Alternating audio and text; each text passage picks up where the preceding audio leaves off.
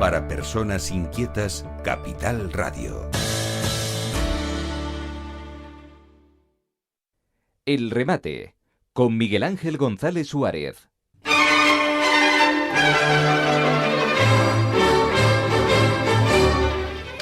Bueno, ya saben que estamos en riguroso directo. Hoy no estamos en los estudios centrales en Santa Cruz de Tenerife.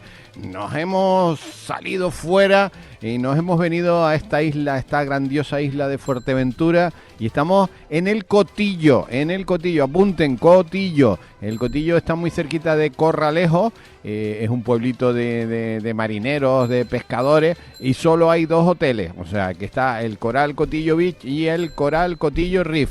Son de la misma compañía, de la cadena Coral Hoteles, que Coral Hoteles, importantísimo, es de un empresario canario.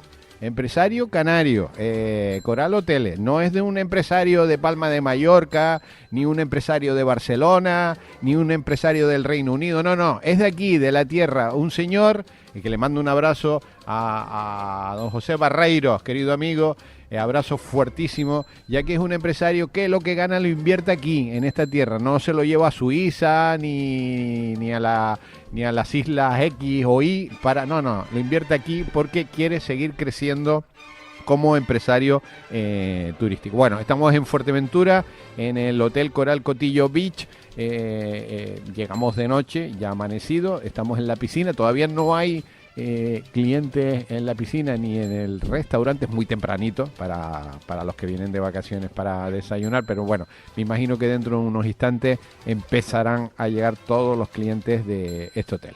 Bueno, vamos a hablar un poquito de historia de la isla de Fuerteventura. Y para ello vamos a hablar con Pedro Carreño Fuente, que es historiador, experto en patrimonio y activo defensor de la conservación cultural e histórica de Canarias. Es natural de aquí de Fuerteventura y concretamente de La Oliva. Don Pedro, buenos días. Muy buenos días, un placer estar con ustedes, lógicamente, y además cuando se trata de hablar de nuestros pueblos, de nuestro desarrollo, de nuestro patrimonio, pues me encanta poder contribuir. Así que buenos días no solamente a ustedes, sino a toda la audiencia que nos está escuchando. Don Pedro, cuéntenos que usted es de La Oliva. ¿Qué es La Oliva? Es el municipio de La Oliva. Bueno, La Oliva es uno de los municipios de Fuerteventura, de los 6 que tiene actualmente, ya que en otro momento pues eran 8 y ocupa prácticamente toda la zona norte de Fuerteventura, y está formado por un grupo de pueblos, entre ellos está Corralejo y precisamente Cotillo. Cotillo, por marcar un poco, y lo iremos diciendo a lo largo de la entrevista, siempre fue el referente económico del municipio de La Oliva, ya que por él entraba y salía, o sea, se producía en gran medida pues el comercio hacia el exterior, que en los siglos XVII, XVIII y XIX pues fue muy importante, ¿no? Y era el único puerto que había así importante en Fuerteventura, y eso le da pues un prestigio y bueno, y haber sido pues lo que significó en la historia, y de la que podemos leer todo eso en su rico patrimonio, desde el puerto, que no es el puerto que ahora mismo vemos ahí, sino que es el puerto antiguo, que es uno de los puertos más antiguos de Canarias, que se encuentra junto a la playa de La Concha, que fue construido por los coroneles allá por el siglo XVIII, y que ello significó el poder salir hacia el exterior. Fuerteventura, todos sabemos que al principio, para proteger de los piratas, proteger a toda la población, pues se creó Betancuria, pero Betancuria era, pues la primera capital de Fuerteventura y de Canarias, pero era un lugar prácticamente inaccesible, y que, como yo digo, pues tras el Renacimiento y ese nuevo pensamiento humanista que recorría Europa, fue lo que de alguna forma permitió que la isla se abriera hacia el norte y hacia el sur, y La Oliva pasó a ser capital de Fuerteventura, y lógicamente el puerto del Cotillo significó lo que decía al principio, el poder salir al exterior todas las mercancías que se producían en Fuerteventura, que no era poco, porque teníamos desde aceite de pardela. Cuéntenos eso. Cuéntenos todo eso. A ver, aceite de pardela. Aceite de pardela, que en aquel entonces era muy importante y que en Fuerteventura había muchísimas pardelas, ya cada día tenemos menos, pero en aquel entonces sí era importante las pardelas, las pieles de los animales que se mataban en Fuerteventura y que en aquel entonces tenía un gran valor, la carne de cabra seca que también se vendía, y eso lo podemos ver en los escritos de la época y en los balances económicos, y lógicamente marcaba un antes y un después para Fuerteventura el puerto del Cotillo. Pero no solamente fue ese referente económico, sino que además fue el referente de disturbios, ya que era uno de los puertos más transitados por los piratas. De hecho, en las crónicas nos hablan de las distintas batallas que se libraron ahí en el Cotillo, que muchas veces no los recordamos, pero una de quizás de las más importantes fue pues cuando los piratas atacaron a unos barcos que venían de América, de la Real Casa de la Moneda, y que fueron ahí, los metieron en el puerto, en el antiguo puerto, y pues casi acaban con ellos. Sin embargo, las fuerzas de Fuerteventura, las fuerzas militares, pues fueron capaces de hacerse con el control y pues acabar en gran medida con ellos, que tuvieron que salir pues muy mermadas sus fuerzas hacia Inglaterra, o hacia donde pudieron volver otra vez a recomponerse. Desde el primer momento de la conquista, y perdón a lo mejor que estoy pues alargando, ¿no? Desde el primer momento de la conquista, Cotillo significó, vuelvo a decir, algo importante, de hecho, o un sitio importante. De hecho, se cree que el primer castillo que se construyó en Fuerteventura, el de Rico Roque, se construyó ahí en el Cotillo, que posteriormente, pues dado los ataques berberiscos y otros piratas ingleses que se producían, pues se hizo todas estas fortalezas que se crearon en Fuerteventura. Al principio habían previstas varias, y luego al final terminaron con 2, pero una de ellas es la Torre de Tostón o del Cotillo, que todos podemos contemplar hoy, y que se construyó precisamente sobre esa primera o primer castillo que construyó Juan de Bethencourt allá en 1402. Pues son una serie de hechos, de cosas que significaba, todo lo que significaba este puerto no solamente para la Oliva, sino para toda Fuerteventura. De hecho, los caminos que salen del Cotillo hacia el sur de la Oliva, hacia el sur de Fuerteventura, eran los caminos que venían directamente hasta el puerto para el transporte de las mercancías.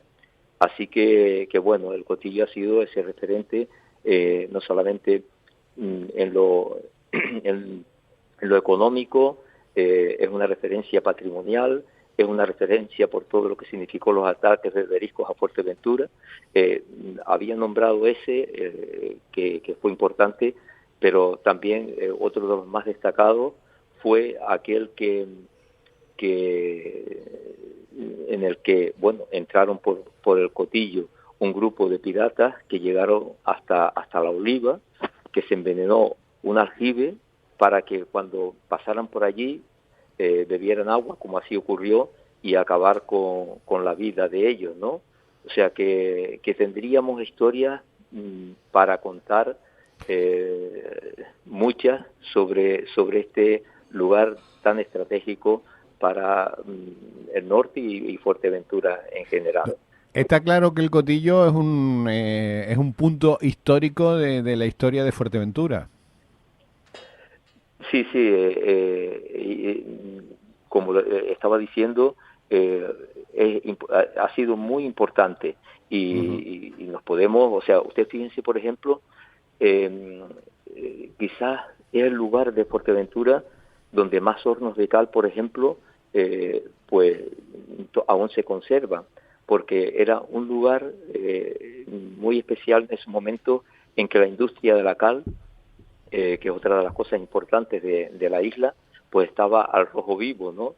Y por ahí entraba y salía, pues, por ese puerto, pues la mayor parte o mucha de la cal que se producía aquí en Fuerteventura y toda la que se producía en el norte. Y eso, pues, lo podemos ver en los distintos... Bueno, Mire, sí, en don los Pedro, hechos que ¿de hemos qué, sí, de qué ha observa. vivido Fuerteventura? O sea, ¿qué ha producido Fuerteventura, don Pedro? Mire, Fuerteventura ha sido una isla, digamos, es verdad que ha sido pobre, pero ha vivido momentos de gran brillantez económica. Incluso yo lo he dicho porque ha sido la realidad. Cuando muchas islas, o cuando Gran Canaria y Tenerife económicamente iba para abajo, Fuerteventura iba hacia arriba. ¿Por qué?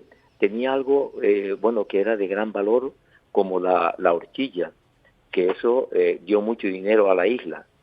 Tenía algo de gran valor como fue la cal. Tenía, o sea, los tintes naturales, de hecho, Fuerteventura se conoce desde la época de los griegos, fenicios y romanos, realmente, se conocía como la isla tintoria. ¿Por qué? Por los tintes naturales. Y cuando se produjo la conquista, pues lógicamente, bueno, Juan de Betancourt fue al rey y le dice, sin majestad, y además de la carne y el queso que tienen, que es mejor que en Francia, le dijo, tiene una planta que sería de gran interés para el reino. La planta es precisamente la horchilla, que yo la denomino como el oro de Fuerteventura. Luego, es verdad que los distintos episodios, la escasez de agua, la falta de lluvias, etcétera, etcétera, pues provocó, digamos, grandes éxodos. Pero Fuerteventura fue el granero de Canarias. Yo siempre le he dicho que gracias a que Fuerteventura aportaba el grano necesario para que Gran Canaria y Tenerife pudieran vivir tranquilos, y se desarrolló otras otras economías en esas islas, pero era en gran medida gracias a la aportación que Fuerteventura hacía de el grano. Bueno, de hecho se conoce, Fuerteventura es la isla, el granero de Canarias, lo fue durante muchísimo tiempo hasta que últimamente pues empezó a traer grano de América, pero realmente pues fue una de las fuentes importantes. Y fíjese, el queso, las cabras, etcétera, etcétera, cuando los conquistadores llegaron a Fuerteventura, calculan 60.000 cabras. Ustedes fíjense lo que eso significaba para luego poder vender hacia el exterior, como de hecho se estaba produciendo, y que fue muy importante el queso, pues en los siglos venideros, como todavía sigue siendo de gran interés el queso de Fuerteventura, ya que tiene por su sabor, es muy agradable, un queso que tiene mucho prestigio actualmente, ¿no? Don Pedro, una cosa, el agua, porque claro, está hablando usted que esto es el granero, y claro, yo cuando venía ayer en el coche, bueno, es un lugar muy árido, ¿no? Vamos a ver, el agua siempre ha sido el llanto continuo de Fuerteventura. Si nos vamos a los escritos, incluso a los acuerdos del Cabildo, vemos como las continuas peregrinaciones que se hacían pues a La Peña, a Betancuria, pidiendo el agua. La más popular quizás que yo veo es la del siglo XVII, en la que todo es obligada en peregrinación a todas las parroquias de la isla y a todas las iglesias, ermitas, etcétera, etcétera, a ir y llevar su imagen hasta Betancuria. Y si no lo hacían, aquellas personas que no pudieran hacer eran sancionadas, y así fueron como caminando desde cualquier parte de la isla, fueron en procesión hasta Betancuria. Y parece ser que dio la casualidad, además estaba el señor de la isla presente, etcétera, etcétera, dio la casualidad que llovió, y en aquel momento prometieron que la ermita de San Diego, que era muy pequeñita en Betancuria, pues hacer la gran iglesia que es actualmente, ¿no? Que aún así se sigue, y la ermita de San Diego junto al convento. Así que el agua también creó, digamos, un patrimonio único. Nosotros vamos por los pueblos y vemos esas construcciones de aljibes, etcétera, etcétera, que son impresionantes. Pero no hay que salir muy lejos de Cotillo. Si de algo puede presumir el Cotillo, es de esa, para hacer frente a, ténganse en cuenta que como puerto además necesitaba muchísima agua, que ya que pasaban incluso barcos que iban para América y necesitaban agua. Pues bueno, digamos que en todo el suelo del Cotillo había más aljibes que casas. Empezamos por el castillo y hay un recorrido amplio en toda la zona esa que, bueno, por medio del pueblo, etcétera, etcétera, que con unas aljibes preciosas, son verdaderos catedrales, con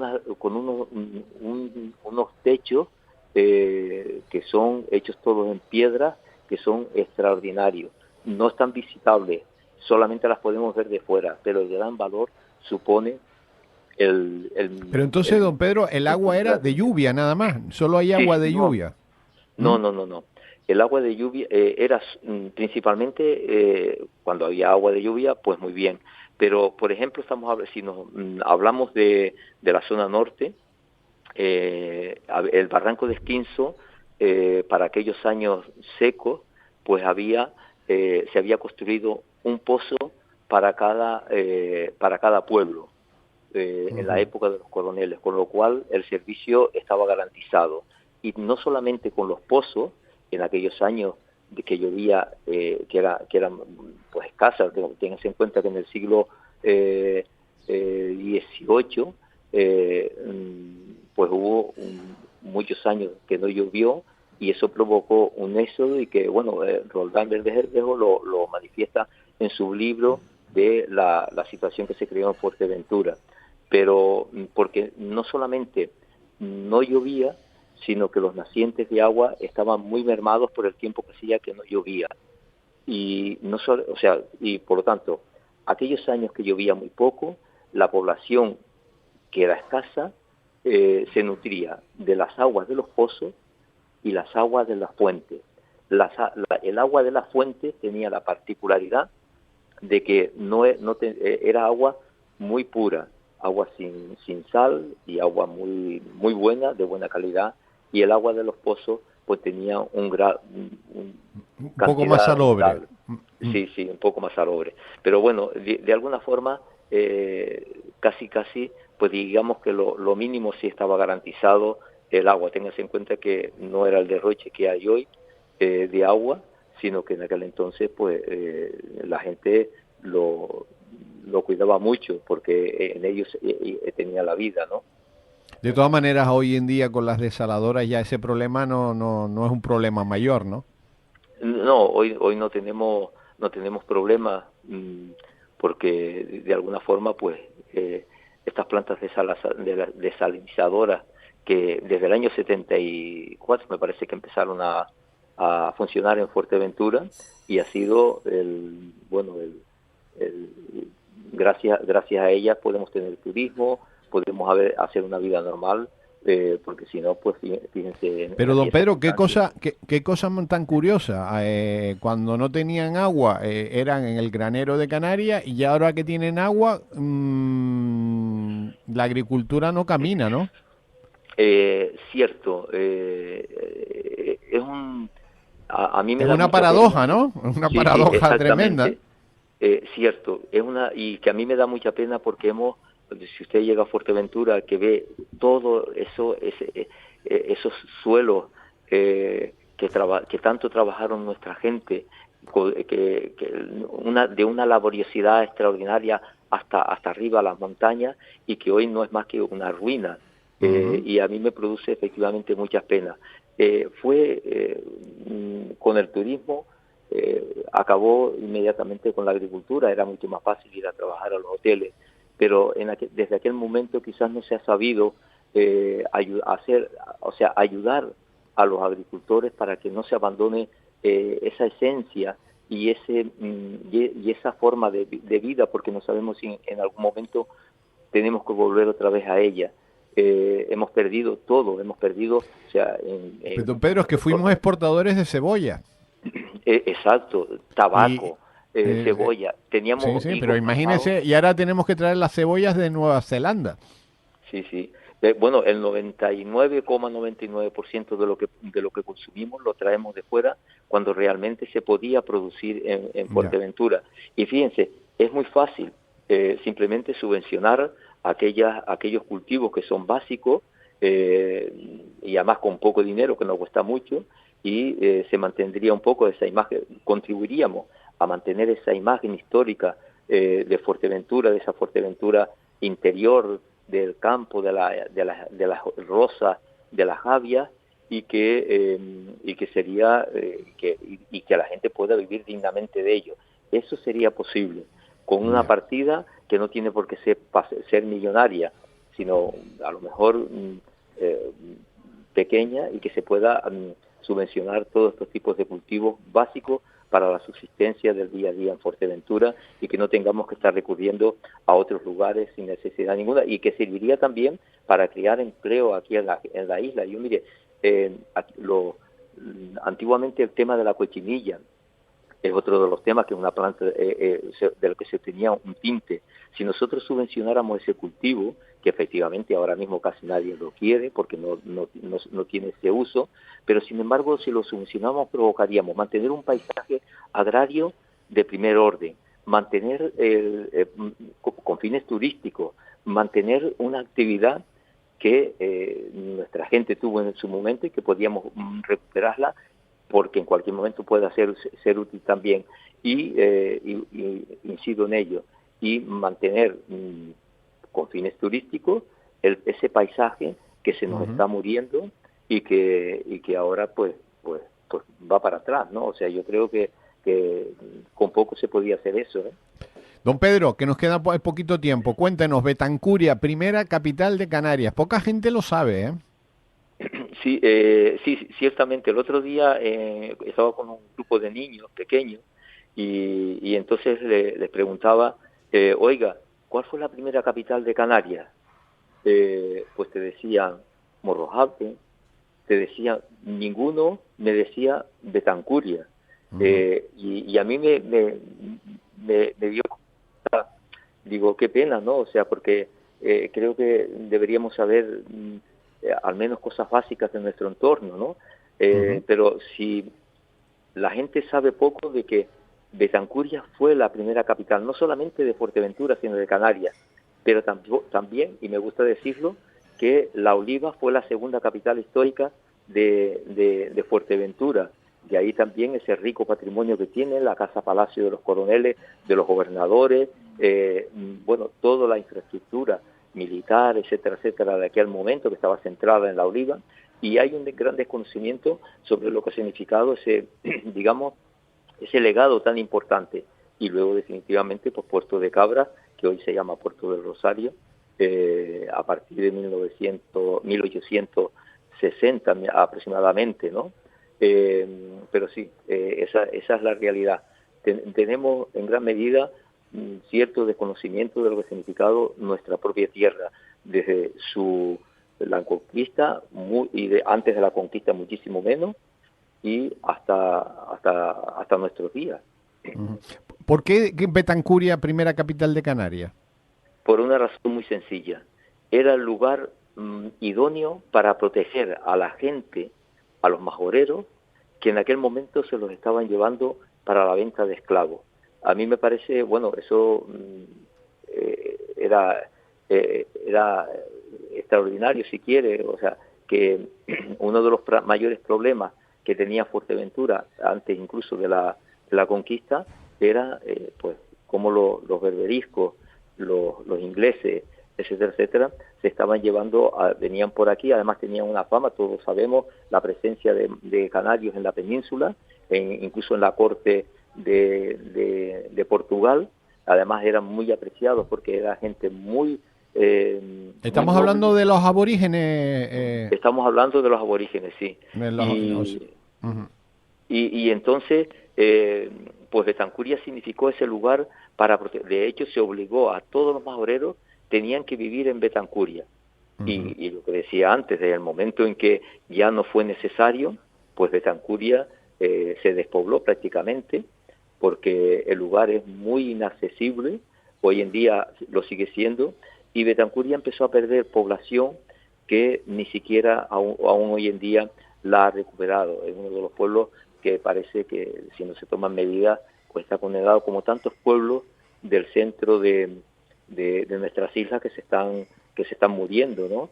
Y que nuestra población desgraciadamente están pasando simplemente bueno, porque están buscando mejor vida a los lugares de Puerto A la de costa, Mar, ¿no? a la costa exactamente, y eso creo que había que hacer políticas y parece que se está intentando de que para que la gente se siga manteniendo en sus lugares de origen y sigan siendo esos lugares atractivos que yo siempre lo digo, pues hoy en día eso es posible y está parece en buen camino, ¿no? Don Pedro, para terminar, lugares obligatorios históricos que hay que visitar en Fuerteventura. Betancuria. Betancuria el primero, ¿no? Betancuria, Y dentro de sí, Betancuria, ¿qué recomienda, don Pedro? Bueno, una caminata por Betancuria desde el convento hasta la parte de la iglesia, y si podemos llegar hasta la Vega de Río Palma para ver el santuario de Nuestra Señora la Virgen de la Peña, me parece con esa soledad y esa sencillez que nos muestra no solamente lo patrimonial, sino también el paisaje, me parece excepcional. Un poco recordando aquellos tiempos pasados, cómo vivía la gente, cómo se las arreglaban para el día a día, y esa espiritualidad en la que en gran medida pues era digamos lo más esencial de la gente que buscaba y deseaba esa ayuda para seguir en el día a día y en la lucha por salir adelante como cualquier familia, ¿no? ¿Y más sitios, don Pedro, en Fuerteventura obligatorio? Ya hemos dicho, Betancuria, hay que visitar todo Betancuria, primera capital de Canarias. Y La Oliva. Y La Oliva. Claro, estoy hablando de aquellos que les guste el patrimonio. La Oliva tiene Sí, no, también... estamos hablando de visitas históricas, ¿no?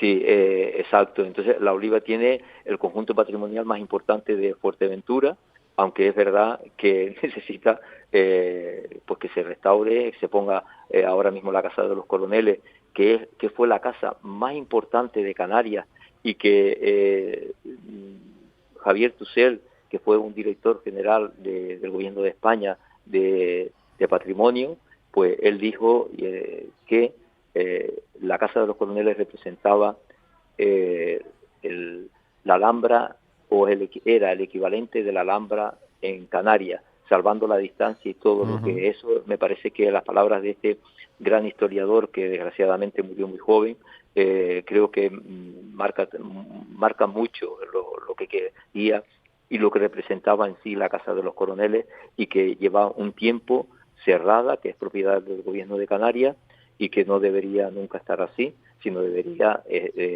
creo que es uno de los edificios que tiene que estar abierto para que la gente, no solamente la Casa de los Coroneles, sino todo ese entorno que se está viniendo abajo, que es una pena, y que formaba parte de ese entramado de gobierno que lo significó, que para Fuerteventura no podemos tener nuestro patrimonio así con tanta desidia. A mí me parece una pena tremenda. Don Pedro, no le quitamos más tiempo.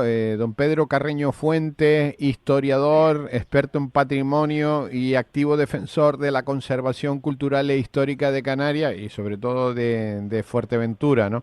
Es un placer hablar con usted y conocer un poquito más de esta gran isla de Fuerteventura, porque muchas veces desconocemos muchas cosas de nuestra historia, ¿eh? Sí, es verdad que en el día a día pues nos preocupamos más de otras cosas, pero y entonces pues son espacios que quedan un poco apartados, como es la historia de nuestros pueblos, la historia de los edificios que contienen nuestros pueblos, pero realmente tenemos que hacer más pedagogía para que nuestra gente conoce, no se ama aquello que no, o sea, aquello que no se conoce no se ama. Para que la gente ame todo este legado, pues tiene que conocerlo. Yo recuerdo una vez una gente del sur que además era pues también había terminado la carrera de historia y tal, y estuvieron en La Oliva, y cuando vieron el rico patrimonio, dice, jamás en mi vida había oído escuchar hablar del edificio de la Casa de los Coroneles y de lo que ello representa, ¿no?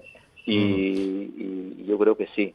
Tenemos que conocer nuestro patrimonio. Don Pedro, nuestros tres pilares aquí en esta cadena de radio son informar, formar, o sea, formarnos, entre ellos yo el primero, y sobre todo estas dos cosas, informar y formar, entreteniendo, porque hay que entretener, porque si no la gente desconecta inmediatamente, ¿no? Entonces le agradecemos muchísimo su intervención. Es un placer conocer Fuerteventura en su parte más histórica, en su parte más interior, y bueno, nos encantaría volver a hablar con usted, ¿eh?